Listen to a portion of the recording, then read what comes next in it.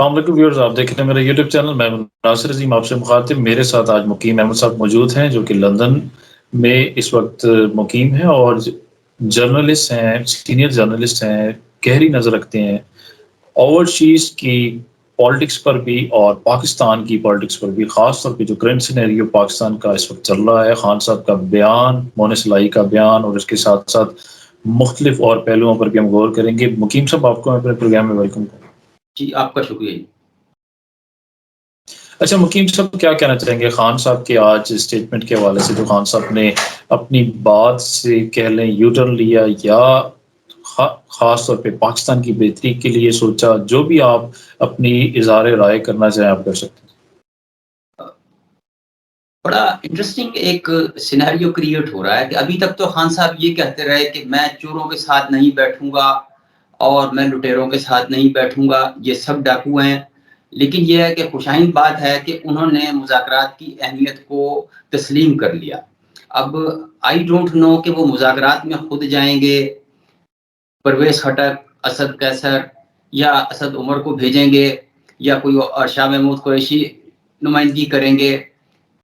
لیکن یہ ہے کہ سیاستدان بات چیت اور مذاکرات کا دروازہ کبھی بند نہیں کرتا، اور دنیا کے جتنے بڑے مسئلے ہیں اور چاہے ہماری انڈیویجول لائف میں جتنے مسئلے ہیں وہ بات چیت کے بغیر تو حل نہیں ہوتے. اس سے انکار کرنا تو میں یہ سمجھتا ہوں کہ وہ دروازے بند کرنے والی بات ہو جاتی ہے.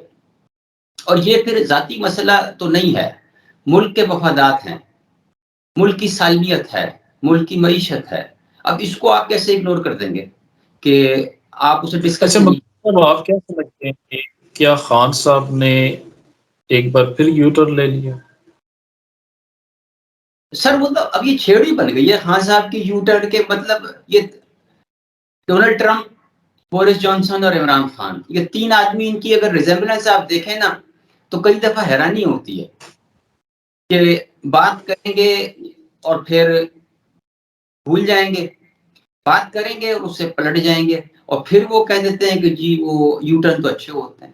بہرحال اب یہ ان کا ایک سٹائل ہے، اب ان کا ٹریڈ مارک بن گیا ہے اور وہ اسے ایکسیپٹ بھی کرتے ہیں. اچھا مقیم صاحب، آپ کیا سمجھتے ہیں کہ وجہ کیا ہو سکتی ہے کہ خان صاحب نے مذاکرات کی آفر خود دے دی؟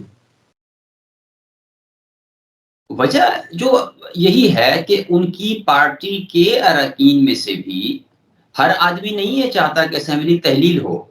اب یہ آپ کے علم میں ہے مجھ سے بہتر کہ اسمبلیوں کے الیکشنز پر امیدوار 25-25 کروڑ روپے خرچ کر کے آتے ہیں. وہ کوئی یتیم خانے کے متولی بننے کے لیے نہیں آتے، وہ اس رقم کو بھی ریکور کرتے ہیں، اگلے الیکشن کا خرچہ بھی برداشت کرتے ہیں، اور باقی جو لوازمات ہیں سیاست کے وہ بھی اسی ٹیلیور میں پورا کرتے ہیں. تو ان کی تو کمپنی لاس میں چلی جائے گی اگر وہ سال پہلے یا 9 مہینے پہلے اقتدار کی سیڑھی سے گر گئے. یہ سب کا یہی ہے، it's not with one party اور اچھا مقیم صاحب، اگر آفر تو خان صاحب کی جانب سے آ گئی ہے، اگر پی ڈی ایم آفر کو ایکسیپٹنس پہ نہیں بدلتی اور آفر کے بدلے مذاکرات نہیں ہوتے ان کے پراپر، تو پھر آپ کیا سمجھتے ہیں کہ خان صاحب کی سیاست کو، جو کہ انہوں نے اعلان بھی کیا تھا اسمبلیوں کو تحلیل کرنا، کیا متاثر نہیں ہوگی؟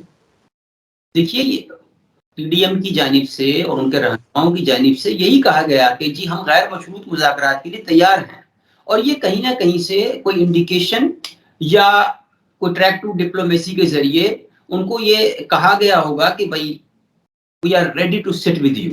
ایسا نہیں ہے کہ اب وہ اتنا بڑا دعویٰ کر دیں اور اب دوسرے کہیں جی بھائی جی اسی نہیں تو ہم دیکھنا چاہتے.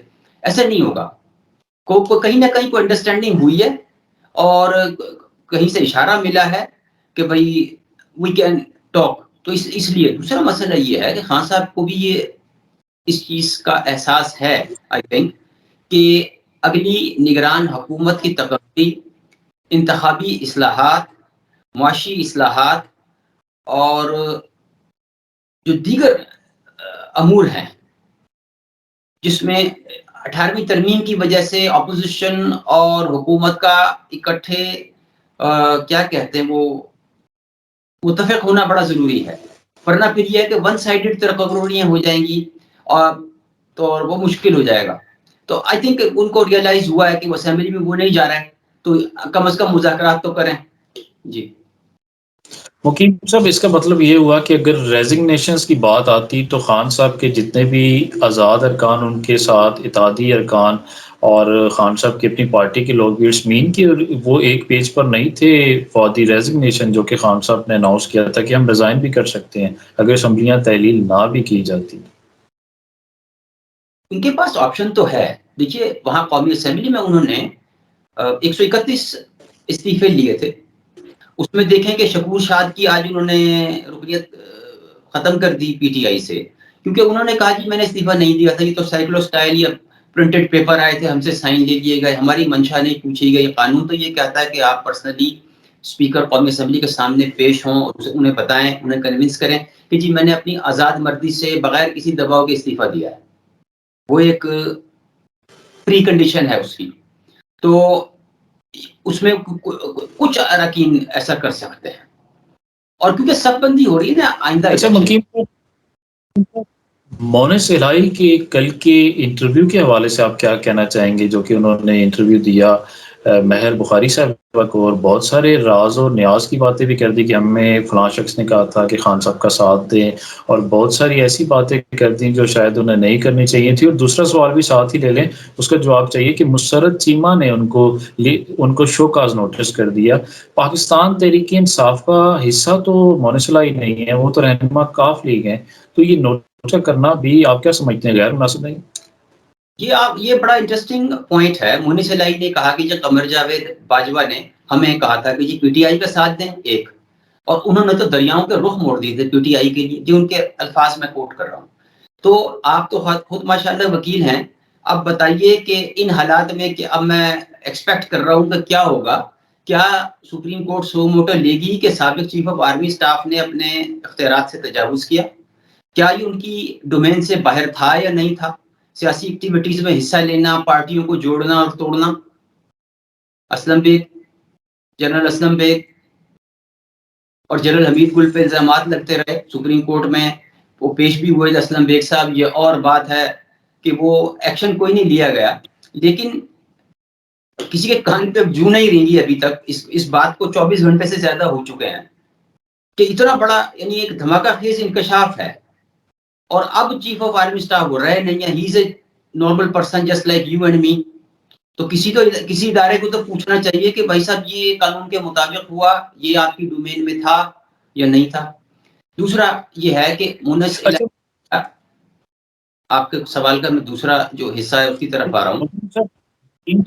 مونس الہی اور کاف لیگ کی سیاست کو بھی جو کہ اتحادی ہیں پاکستان تحریک انصاف کی نقصان نہیں ہوگا اس سارے بیانات سے؟ نہیں، ان کی 7 سے 10 سیٹیں ہیں سارا رولا. اب دیکھیے، اب آپ یہ پزل کے میں ٹکڑے آپ کی سبل پیش کرتا ہوں، آپ جڑیے گا. کیا پرویز الہی بن سکتے ہیں بغیر پی ٹی آئی یا پی ڈی ایم کے؟ جواب ہے نہیں. یہ ان کا نشان، تو وہ اس کو آخری لمحے تک اویل کرنا چاہیں گے، which is very natural. I don't blame him for this.